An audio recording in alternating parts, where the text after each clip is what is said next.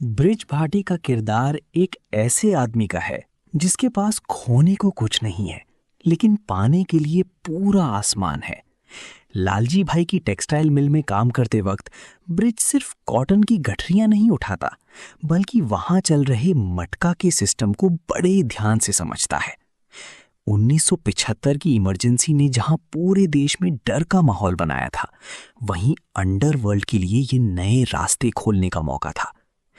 Bridge को समझ आता है कि मेहनत से सिर्फ 2 वक्त की रोटी मिलती है, लेकिन मटका से पूरा शहर खरीदा जा सकता है। लालजी भाई, जो पुराने ख्यालात के गैम्बलर हैं, वो सिर्फ किस्मत पर भरोसा करते हैं, मगर ब्रिज इसमें मैथमेटिक्स और साइकोलॉजी का इस्तेमाल करता है। उसका दिमाग कंप्यूटर से तेज चलता है और वो गैम्बलिंग को एक धंधे की तरह देखने लगता है। जब ब्रिज अपना खुद का मटका शुरू करने का फैसला करता है, तो उसके सामने सबसे बड़ी चुनौती पुलिस और लालजी भाई का विश्वासघात होता है। सीरीज में दिखाया गया है कैसे एक मामूली वर्कर ब्रिज नंबर्स के खेल में ऐसी स्कीम निकालता है जो गरीबों को अमीर बनने का सपना दिखाती है। इमरजेंसी के दौरान ब्रिज बड़े नेताओं और पुलिस अफसरों को अपनी मुट्ठी में करना शुरू करता है। धीरे धीरे ब्रिज का मटका पूरे मुंबई में मशहूर हो जाता है। चर्च गेट से विरार तक हर चौल और मिल वर्कर ब्रिज के नाम पर पैसा लगाने लगता है। सीरीज की सबसे बड़ी खूबी इसका 1970s का एस्थेटिक है। पूरा मुंबई सेपिया टोन में दिखाया गया है। वही पुरानी एम्बेसडर गाड़ियां, बेल बॉटम पैंट्स और धुएं से भरी हुई गैम्बलिंग डेंस। विजय वर्मा या जो भी लीड एक्टर हो ने ब्रिज भट्टी के किरदार में वो शांति और शिद्दत भर दी है जो एक मास्टरमाइंड में होनी चाहिए। ये कहानी सिर्फ जुआ की नहीं, बल्कि एक गरीब आदमी की अम्बुशन और लालच की है। जब इंसान इतना ऊपर उठ जाता है, तो उसके नीचे गिरने का डर भी उतना ही बढ़ जाता है। ब्रिज भट्टी का मटका किंग बनना मुंबई की हिस्ट्री का एक काला पन्ना है, जिसे ये सीरीज बड़ी ही रोमांचक ढंग से दिखाती है। लच्छू की गलती और गैंगस्टर्स का खौफ। कहानी में एक दर्दनाक मोड़ तब आता है जब ब्रिज का छोटा भाई लच्छू अपनी पुरानी आदत से बाज नहीं आता। लच्छू गैम्बलिंग यानी जुआ के दलदल में इतना गहरा धंस जाता है कि वो गैंगस्टर्स का एक बहुत बड़ा कर्ज अपने सर ले लेता है। ये गैंगस्टर्स कोई मामूली लोग नहीं हैं, ये वो लोग हैं जो पैसे के लिए जान लेना और देना जानते हैं। जब लच्छू पैसे नहीं चुका पाता, तो गैंगस्टर्स उसे पकड़ लेते हैं और धमकी देते हैं कि अगर अगले 24 घंटे में कर्ज नहीं चुकाया गया तो वो उसकी उंगली काट देंगे। ये सीन काफी टेंस्ड है, जहां हम लच्छू की बेचारगी और ब्रिज का डर साफ देख सकते हैं। ब्रिज, जो हमेशा से अपने भाई को सुधारना चाहता था, अब उसे मौत के मुंह से निकालने के लिए तड़प उठता है। लालजी भाई की बेइज्जती। जब भरोसा टूटा, ब्रिज के पास कोई रास्ता नहीं बचता, इसलिए वो अपने पुराने मालिक और मटका किंग लालजी भाई के पास मदद मांगने जाता है। ब्रिज को उम्मीद थी कि इतने सालों की वफादारी के बदले लालजी भाई उसकी मदद जरूर करेंगे, लेकिन लालजी भाई का असली चेहरा यहां सामने आता है। वो ना सिर्फ मदद करने से इनकार कर देते हैं, बल्कि ब्रिज को पूरे दरबार के सामने बेइज्जत करते हैं। लालजी भाई कहते हैं, नौकर की औकात नौकर तक ही अच्छी लगती है, उसे मालिक बनाने की कोशिश मत कर। वो ब्रिज को धक्के देकर निकाल देते हैं। ये वही पल है जब ब्रिज के अंदर का ईमानदार नौकर मर जाता है और एक बागी पैदा होता है। बेइज्जत होकर निकलते वक्त ब्रिज की तेज नजरें कुछ ऐसा देख लेती हैं जो अब तक किसी ने नहीं देखा था। उसे एहसास होता है कि लालजी भाई का मटका कोई किस्मत का खेल नहीं है, बल्कि एक सोची समझी साजिश है। ब्रिज को समझ आता है कि लालजी भाई गैम्बलिंग में चीटिंग करते हैं और लोगों की मेहनत की कमाई धोखे से लूट रहे हैं। लालजी भाई का पूरा एम्पायर झूठ की बुनियाद पर खड़ा है। ब्रिज को समझ आ जाता है कि अगर उसे लालजी भाई को हराना है, तो उसे धंधे में सच्चाई लानी होगी। ब्रिज अब अपना रास्ता बदल लेता है। वो फैसला करता है कि वो अपना खुद का ऑनेस्ट मटका गेम शुरू करेगा। वो बॉम्बे या फिल्म की सेटिंग की गलियों में जाकर एक ऐसा वादा करता है जिसने पूरे मटका बाजार में भूकंप ला दिया। ये सुनते ही गरीब मजदूर, रिक्शा वाले और छोटे व्यापारी लालजी भाई को छोड़कर ब्रिज की तरफ खींचे चले आते हैं। ब्रिज का ये संघर्ष अब सिर्फ पैसे के लिए नहीं, बल्कि अपनी इज्जत वापस पाने और लालजी भाई के तख्त को गिराने के लिए है। एक तरफ लालजी भाई की शैतानी चालाकी है और दूसरी तरफ ब्रिज का वो 9 गुना वाला वादा, जो उसे रातों रात गरीबों का मसीहा और नया मटका किंग बनाने की राह पर ले जाता है। मटका किंग के इस नए दौर में ब्रिज भट्टी ने सिर्फ जुआ नहीं खेला, बल्कि मुंबई की पूरी इकोनॉमी को अपने इशारों पर नचाना शुरू कर दिया। 1970s का वो दौर जब टेक्सटाइल मिल्स अपने उबाल पर थीं, ब्रिज ने समझा कि एक मजदूर की सबसे बड़ी कमजोरी उसकी उम्मीद होती है। यहां से शुरू होता है the era of bridge Bhatti. Bridge ने महसूस किया कि पुराना मटका सिस्टम बहुत पेचीदा और धोखाधड़ी से भरा था। उसने इसमें ट्रांसपेरेंसी यानी शफाफियत लाई। उसने लोगों को यकीन दिलाया कि अगर उनका नंबर निकला तो उन्हें उनका पैसा हर हाल में मिलेगा। उसके नए कॉन्सेप्ट्स ने खेल का रुख बदल दिया। उसने रिस्क और रिवॉर्ड का बैलेंस बनाया। लोग अब सिर्फ एक नंबर पर नहीं, बल्कि नंबर्स के कॉम्बिनेशन पर दाव लगाने लगे। ये सबसे बड़ा जैकपॉट था। इसने लोगों के दिमाग में ऐसी लालच पैदा की कि लोग अपनी पूरी महीने की कमाई ब्रिज के आंकड़ों यानी नंबर्स पर लगाने लगे। ब्रिज ने किस्मत के खेल को एक सिस्टम बना दिया। उसने ब्रिज का वादा नाम की एक अनकही वारंटी दी, जिसने उसे एक डॉन से ज्यादा एक मसाई यानी सेवियर बना दिया। एक साम्राज्य कभी अकेला नहीं खड़ा होता। ब्रिज ने जाल बिछाने के लिए सही मोहरे चुने। जीनू भाई के पास वो पॉलिटिकल कनेक्शंस और शहर की नब्ज पकड़ने की ताकत थी जो ब्रिज के पास नहीं थी।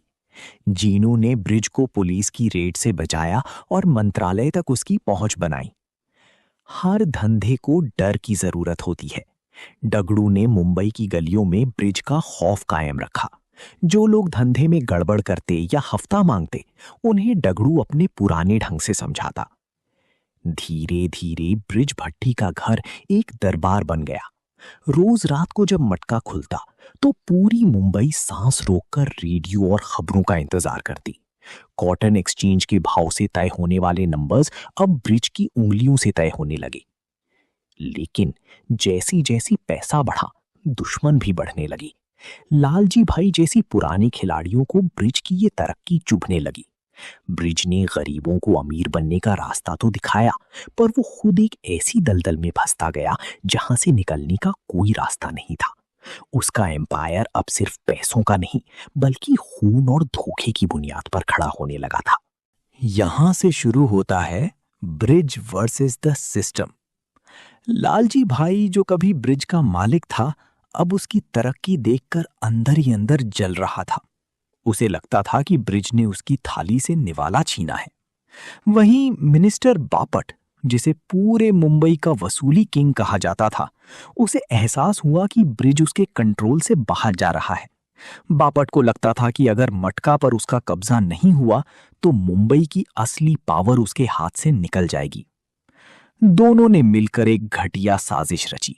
बापट ने पुलिस फोर्स का इस्तेमाल किया और एक बड़ा ड्रामा करके ब्रिज को तब गिरफ्तार करवाया जब मटका खुलने का वक्त सबसे करीब था। उनका मकसद था, ना नंबर खुलेगा, ना ब्रिज की साख बचेगी। उन्हें लगा कि अगर एक बार लोगों का भरोसा टूट गया तो ब्रिज का एम्पायर ताश के पत्तों की तरह बिखर जाएगा। पुलिस स्टेशन का स्मार्ट गेम। ब्रिज को लॉकअप में डाल दिया गया। बाहर हजारों की भीड़ जमा थी, क्योंकि पूरे शहर का पैसा दांव पर लगा था। बापट और लालजी भाई स्टेशन के बाहर बैठकर मुस्कुरा रहे थे, ये सोचकर कि ब्रिज अब खत्म है। लेकिन ब्रिज ने वही किया जो एक असली किंग करता है। उसने जेल के अंदर की एक कमजोरी पकड़ी, इंसानी लालच। उसने एक हवलदार को, जो खुद कर्जे में डूबा था, अपने विश्वास में लिया। ब्रिज ने उससे कोई बड़ा रिश्वत का वादा नहीं किया, बल्कि सिर्फ एक आंकड़ा दिया और कहा, ये लगा दे, तेरी 7 पुश्तें बैठकर खाएंगी। ब्रिज ने एक बहुत ही सिंपल लेकिन दिमागी चाल चली।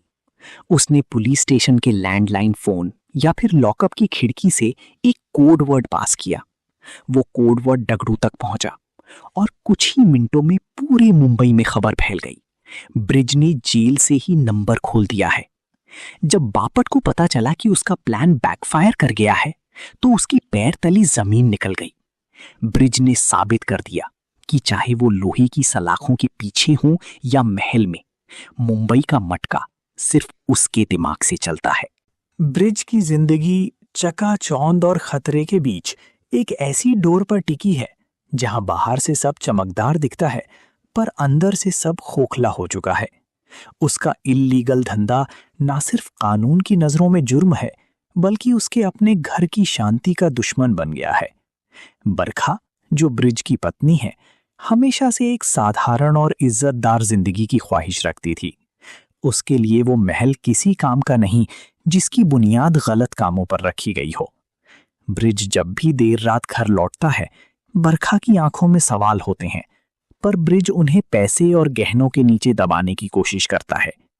दोनों के बीच की ये खामोश जंग उनके रिश्ते को धीरे धीरे खत्म कर रही है। इन सबके बीच सबसे ज्यादा नुकसान उनके बेटे अनमोल का हो रहा है।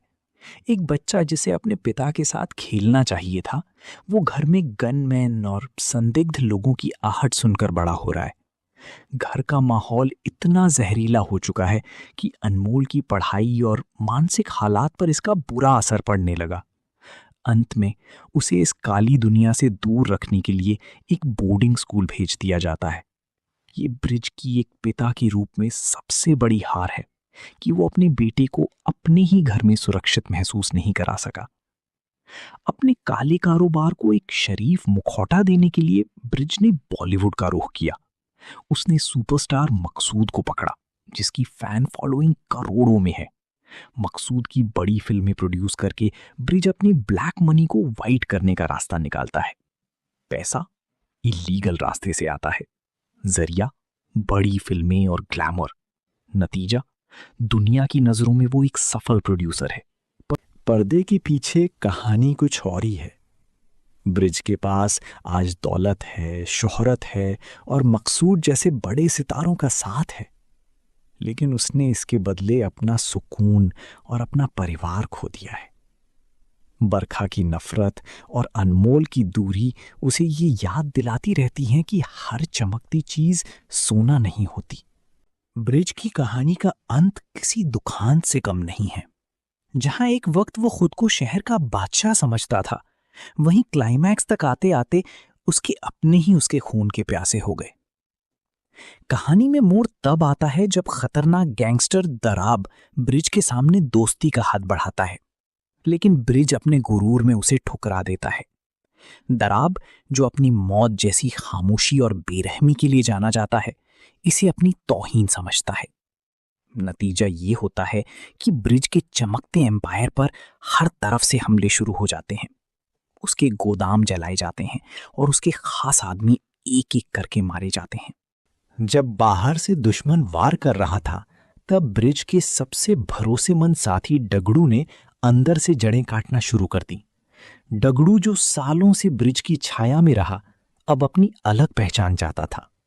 ब्रिज के बदलते बर्ताव और खतरे को देखते हुए डगड़ू ने उसके पैसे चुराने और सीक्रेट अकाउंट से माल साफ करना शुरू कर दिया। ये ब्रिज के लिए सबसे बड़ा धोखा था, क्योंकि उसने कभी सपने में भी नहीं सोचा था कि उसका अपना दायां हाथ ही उसकी जेब काट लेगा। सीरीज का क्लाइमैक्स एक सनसनीखेज शूटआउट के साथ होता है। दरब के शूटर्स ब्रिज को घेर लेते हैं। एक के बाद एक कई गोलियां चलती हैं। ब्रिज पर एक जानलेवा हमला होता है, जिसमें वो मरते मरते बचता है। वो खून से लथपथ मौत के मुंह से निकलकर तो आ जाता है, लेकिन जब वो आंखें खोलता है तो मंजर बदल चुका होता है। पैसा और पावर, डगड़ू की वजह से ब्रिज का आर्थिक साम्राज्य ढीर हो चुका है। परिवार, बरखा हमेशा के लिए उसे छोड़कर जा चुकी है। तन्हाई, ब्रिज अपने नए महल के बीच खड़ा है, लेकिन वहां कोई उसकी आवाज सुनने वाला नहीं है। ये सीरीज दिखाती है कि कैसे एक आदमी ने अपनी समझ और मेहनत से एक बड़ा एम्पायर बनाया, लेकिन उसने इस सफर में अपने परिवार और सुकून को खो दिया। वीडियो अच्छी लगी तो लाइक करना। Movie in minutes for you channel पर नए हो तो सब्सक्राइब कर लो। मिलते हैं अगले वीडियो में।